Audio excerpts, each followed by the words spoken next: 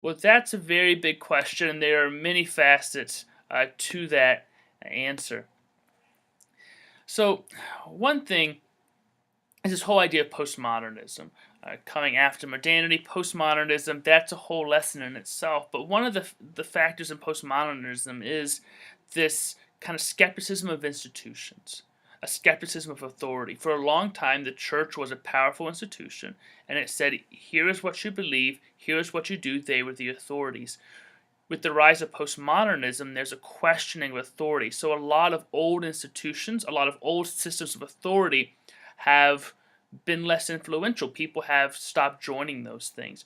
And this isn't just church. If you look at clubs like Kiwanis or Rotary or Lions Club, all of those things have gone down too because there's an inherent mistrust of institutions in postmodernism.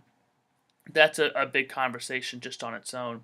I think one of the other big factors is people don't want to hear what the church is about, they want to see it.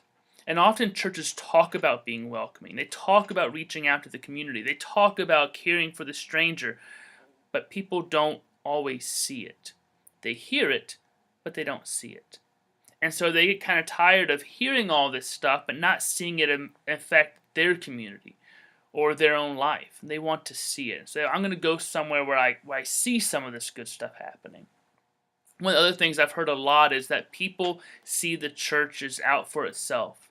That a church is more concerned about its building, or its history, or its future, or its comfort, more than helping and serving others. Many have seen and experienced the church as more inward focused than outward focused, and they say, I don't need to be a part of that. I don't want to go to a church where the main thing is, well, can we keep our building up? Can we keep our history going? Can we serve ourselves more? I've done surveys at churches as part of consulting, and one of the questions is, do you think this church should be more about serving its members or serving those outside the church? And 9 times out of 10, the churches that are experiencing the most decline, the majority of members say the church should be about serving its members. And I point out that's probably why you're going downhill. People are seeing you care about yourselves more than anything else. I was working with a church once that had just redone its sanctuary, put this $2 million organ in, all this stuff. They spent millions of dollars, all the while their community was crumbling around them.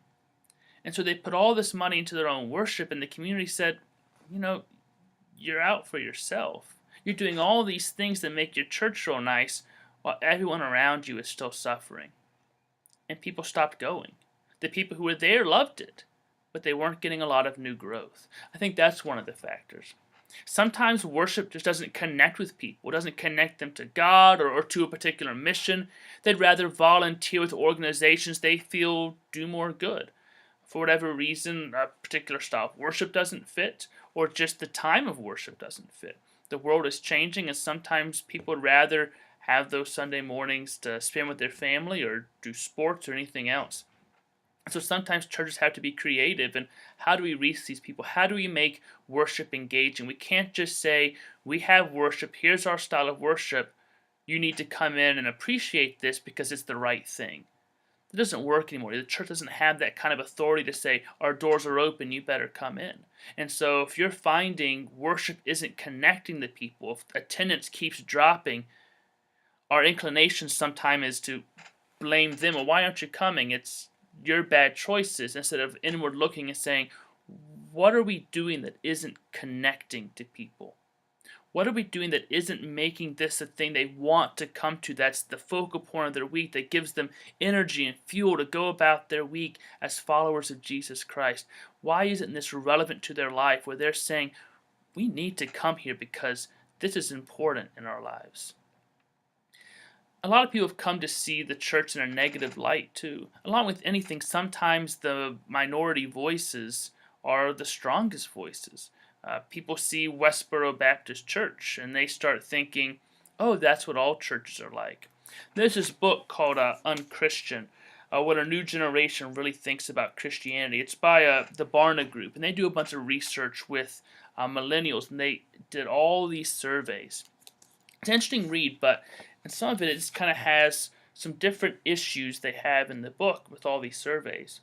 And so over 75% of those asked had certain unfavorable ideas of the church. 87% thought the church was judgmental. 85% thought the church was hypocritical. 72% thought the church was out of touch with reality. 78% thought the church was old-fashioned. 70% thought the church was insensitive to others.